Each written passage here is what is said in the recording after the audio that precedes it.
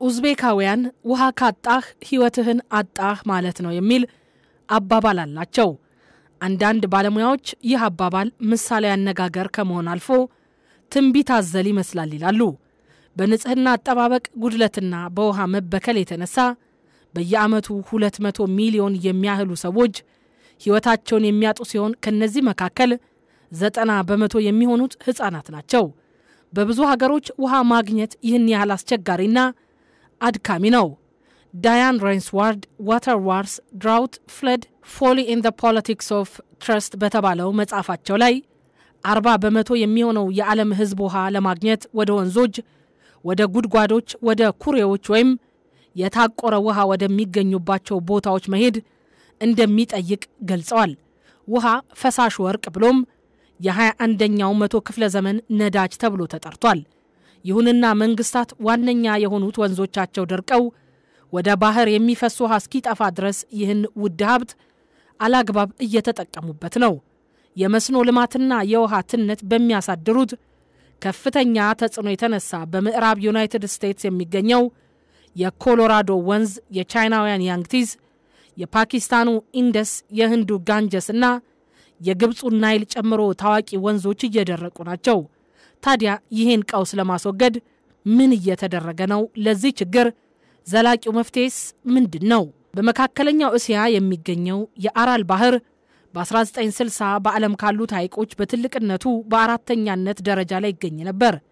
በ2007 ግን የባህሩ መጠን በፊት ከነበረው በጣም ቀንሶ የቀረው 10% ያህሉ ብቻ ነው።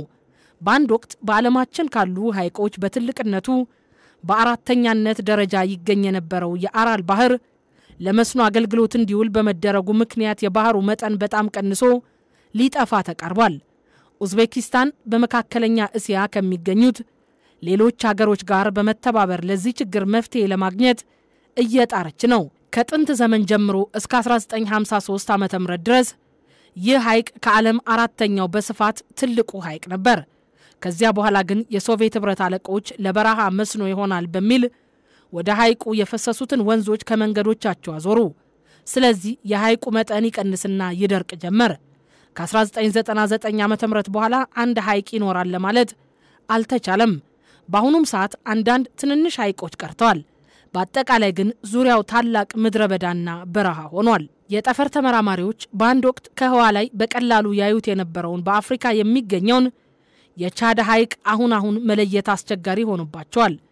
በካሜሩን፣ በቻድ፣ በኒጀርና በናይጄሪያ መካከል የሚገኘው ይህ ሐይቅ ከ1960ዎቹ ዓመታት አንስቶ መጠኑ 95% ቀንሷል።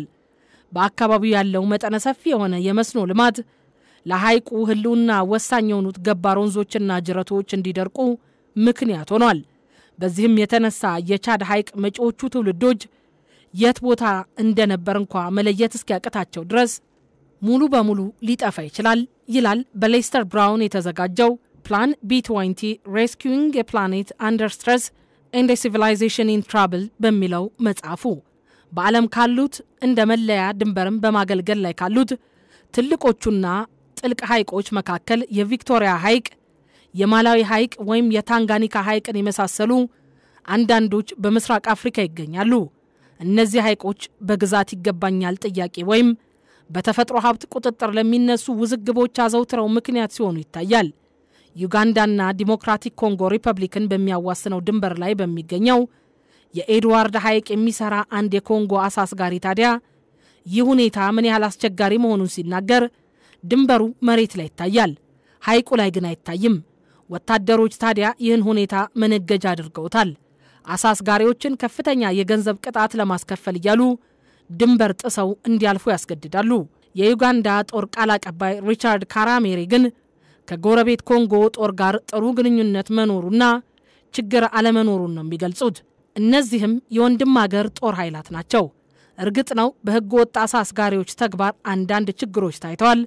የውዝግቡ ምክንያቶች እነሱ ናቸውም ሲሉ ያብራራሉ። የዩጋንዳ ወታደሮች በኤድዋርድ ሐይቅ ከኮንጎ ጦር ጋር በተጋጩ ጊዜ በኮንጎ አሳስጋሪዎች ላይ ተኩሰው መግደላቸውና ማሰራቸውን ነው የኮንጎ ዜጎችም ይናገሩት። ችግሩን ለመፍታት በሁለቱ ሀገራት መካከል የተካሄደ ድርድር አንዳችም መፍትሄ ሳያስገኝ ቀርቷል። እነዚህ ሁለት ሀገራት በሰሜኑም ሌላ የሚያዋስናቸው ሐይቅ ይጋራሉ። አልበርት ሐይቅ ከዓመታት በፊት አንድ የዩጋንዳ ፍርድ ቤት 35 የኮንጎ ዜጎችን የዩጋንዳ በሆነው ሐይቅ ክልል በሕገ ወጥ መንገድ አሳ አስግረዋል በሚል ክስ በ3 ዓመት እስራት እንዲቀጡ በይኗል። ይህ በዩጋንዳና በኮንጎ ድንበር ላይ የሚታየው ውዝግብ ትልቆቹ ሐይቆች በሚገኙበት በምስራቅ አፍሪካ በጠቅላላ የሚታይ ችግር መሆኑን የአፍሪካ ጉዳዮች ተመራማሪው ፊል ክላርክ አስረድተዋል። ጊዜው በኢኮኖሚው ላይ ብርቱ ግፊት ያረፈበት ነው። የሁኔታውን አዳጋችነት የዩጋንዳ መንግስትም እየተሰማው ነው። መንግስት ከሁለቱ ሐይቆች ከሚካሄደው አሳ ማስገር ተግባር የሚያገኘውን ግብር እንዳያጣ ሰግቷል። በመሆኑም የዩጋንዳ መንግስት የኮንጎ አሳ አስጋሪዎችን በኤድዋርድ ሐይቅ፣ የኬንያኑን አሳ አስጋሪዎችን ደግሞ በቪክቶሪያ ሐይቅ ባለው የቪክቶሪያ ሐይቅ ክልል እየገቡ አሳ ያጠምዳሉ ሲል መውቀስ ይዟል ይላሉ። ይህ የዩጋንዳ መንግስት የሚገኝበትን ኢኮኖሚያዊ ግፊትና ሐይቆቹ የያዙት ትርጓሜ ምን ያህል ከፍተኛ መሆኑን የሚያሳይ ነው ይላሉ ፊል ክላርክ። የአልበርት ሐይቅን በተመለከተ ከጥቂት ጊዜ በፊት በተገኘው የነዳጅ ዘይት ንጣፍ ሰበብ የተነሳውን ንትርክ ሌላ ችግር ደቅኗል።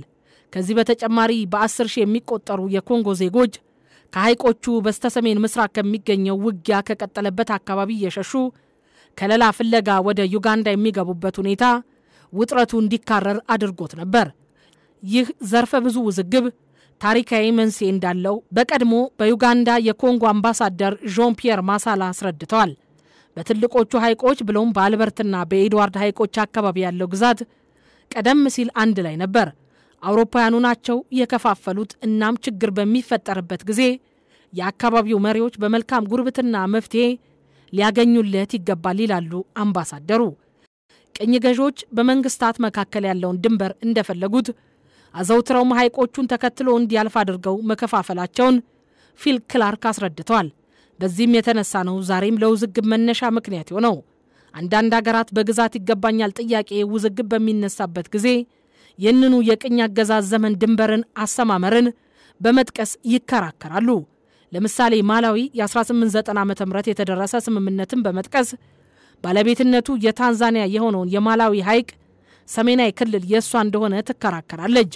በዚያን ጊዜ ጀርመን ሐይቁን በጠቅላላ ያኔ የብሪታንያ ግዛት ለነበረችው የዛሬዋ ማላዊ ትሰጣለች። ግን ሁለቱን ሀገራት የሚለየው ድንበር በሐይቁ ውሃ ውስጥ ስለሚያልፍ ውዝግብ ተፈጠረ። እርግጥ ማላዊ ጉዳዩን ለዓለም አቀፍ ፍርድ ቤት እንደምታቀርብ ብትዝትም ይህን ዛቻ እስከዛሬ እውን አላደረገችውም። የውጭ ታዛቢዎች ንትርኩን ከፍርድ ቤት ውጭ እንዲጨርሱት ነው የሚገፋፉት። ይሁንና በሐይቁ ስር የተገኘው የነዳጅ ዘይት መገኘቱ ይህን ጥረት አዳጋች እንደሚያደርገው ይገመታል። መዲናዎቹ ከድንበሩ የራቁበት ድርጊትም ችግሩን አዳጋች የሚያደርግ ሌላ ምክንያት መሆኑን ፊል ክላርክ ገልጿል። አንድ ዋነኛ ምክንያት ቅኝ ገዢዎቹ ዋና ከተሞቹን ከድንበር በጣም እንዲርቁ ያደረጉበት ጉዳይ ነው። በዚህም የተነሳ የሀገራት ማዕከላዊ መንግስታት ድንበሮቻቸውን መቆጣጠር መቻላቸውን በተመለከተ የሚነሳ ጥያቄ አለ ይላሉ። የድንበር መቆጣጠር መቻል በአካባቢው ጥንካሬ በማሳየቱ ሰበብ በሚነሳ ንትርክ ወቅት ጥንካሬን ለማረጋገጥ ይጠቅማል። ለምሳሌ ዩጋንዳና ኬንያ ይገባናል የሚሉት በቪክቶሪያ ሐይቅ የሚገኘው የማኒንጎ ደሴት ይጠቀሳል። አንድ አሳ አስጋሪ እስከ ተመዘገበና ለ2 ቀናት ያሳ ማስገር ተግባር ግብር እስከከፈለ እንዲሁም አንድ ጀልባ እስካለው ድረስ ችግር አልነበረም። በ2018 በአውሮፓውያኑ መጀመሪያ ላይ ዩጋንዳ ውስጥ ውዝግብ ከተፈጠረ በኋላ ግን ሁኔታው ተቀይሯል። ይህንን ደንብ አንድ የአሳ አስጋሪዎች ያቋቋማቸው የሐይቅ ዳርቻ ተቆጣጣሪ ቡድኖች ሲከታተሉ ነበር። እነዚህ ቡድኖች ራሳቸውን መቼ ምን ያህልና በምን አይነት ሁኔታ አሳ ማስገር እንደሚችሉ በመከታተል የራሳቸውንና የልጆቻቸውን ጥቅም ሊያስከብሩ ይችላሉ። ያም ሆኖ በሐይቅ ዳርቻ ተቆጣጣሪ ቡድኖች በተከታታይ ህገወጥ ማስገርና ሙስና ተስፋፍቷል በሚል ቅሬታ ከተሰማ በኋላ የዩጋንዳው ፕሬዝዳንት ዮዌሪ ሙሴቪኒ እርምጃ ወስደው የተቆጣጣሪ ቡድኖችን ከግዛታቸው አንስተዋል። የዩጋንዳ ጦር በአካባቢው ማለትም በአልበርትና በኤድዋርድ ሐይቆች ጭምር የኃይል እርምጃ በታከለበት ጠንካራ ቁጥጥር በማድረግ ላይ ይገኛል። በአንድ ዓመት ውስጥ ብቻ በመቶ የሚቆጠሩ ጀልባዎች ተቃጥለዋል። ብዙ የአሳ ማስገሪያ መረቦች ወድመዋል። ይህንን የመንግስቱን እርምጃ አንዳንድ አሳ አስጋሪዎች ጥሩ ሆኖ አግኝተውታል። ምክንያቱም ከመጠን ባለፈ ሁኔታና በህገወጡ የአሳ ማስገር ተግባር የመመናመን ስጋት የተደቀነባቸው የአካባቢው ሐይቆች የአሳ ይዘት መጠን በዚህ አይነት እርምጃ ሊያገግም እንደሚችል ያምናሉ። ብዙዎች አሳስጋሪዎች ራሳቸውን ይቆጣጠሩበት የነበረው የቀድሞ አሰራር እንዲመለስ መፈለጋቸውንም አክሉተዋል። በዚህ ድህነት በጎላበት ሁኔታ ለመኖር የሚያስችል የአሳ መጠን ማስገር መቻል አለበት። ይህ በቪክቶሪያና በኤድዋርድ ሐይቆች ዳርቻ መረባቸውን ለሚጥሉ ሴቶች ጠቃሚ ነው። ይህን ማድረግ ካልቻሉ ድህነት ይስፋፋል፣ ረሃብም ይከሰታል። በሩዋንዳና በዲሞክራቲክ ኮንጎ ሪፐብሊክ ድንበር መካከል የሚገኘውና በተለይ ውዝግብ የበዛበት የኪቩ ሐይቅ ለዚህ አይነቱ ችግር መፍትሄ ማግኘቱን የአፍሪካ ጉዳዮች ተመራማሪው ፊል ክላርክ ገልጿል።